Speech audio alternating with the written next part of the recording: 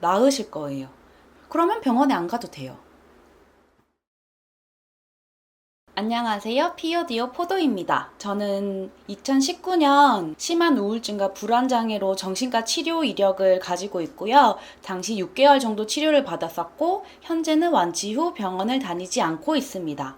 우선 이 영상을 클릭하신 분이시라면 병원을 가는 것을 추천드립니다. 우울증에 걸리면 많은 의욕이 저하되거든요. 성취 의욕, 학업 의욕, 근무 의욕부터 시작해서 심해지면 식욕부진과 불면증까지 시달리게 돼요.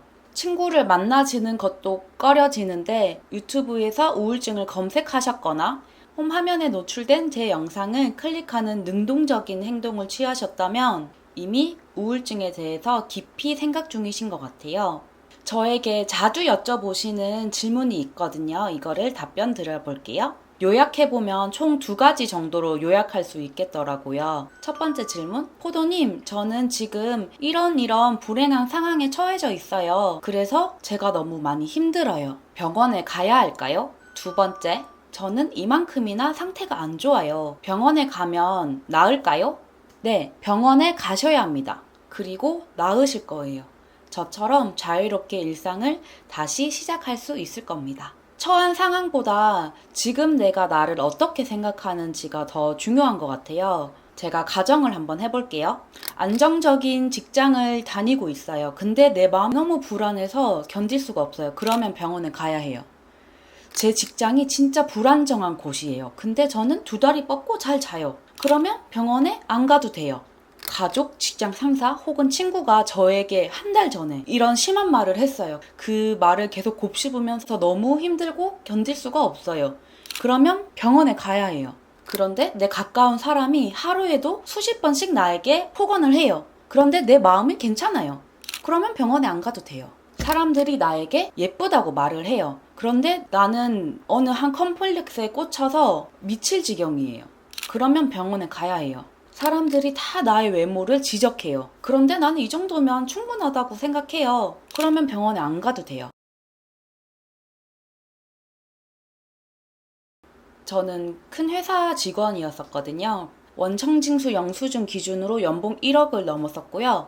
그래도 되게 불안하고 우울했어요. 저를 전적으로 믿어주시는 부모님, 배우자, 그리고 친구들이 옆에 있었는데 그럼에도 너무 고독했어요. 세상에 홀로 남겨진 기분이 들더라고요.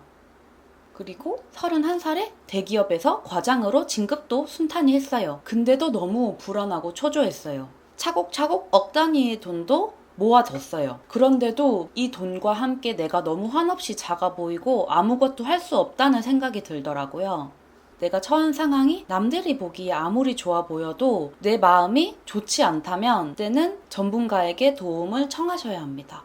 내 마음이 현재 지옥이라면 도저히 나 혼자 힘으로는 이 지옥을 헤어나올 자신이 없다면 전문가의 도움을 받아야 합니다. 우울감을 하루 이틀 느꼈다고 해서 문제가 되지는 않아요.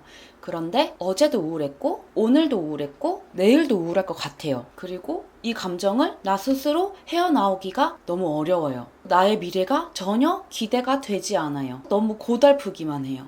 친구들의 힘내라는 이 말 한마디도 너무 버겁게 느껴져요. 그리고 이런 감정을 느낀 게 2주가 넘어가고 있다. 그렇다면 병원에 가셔야 합니다.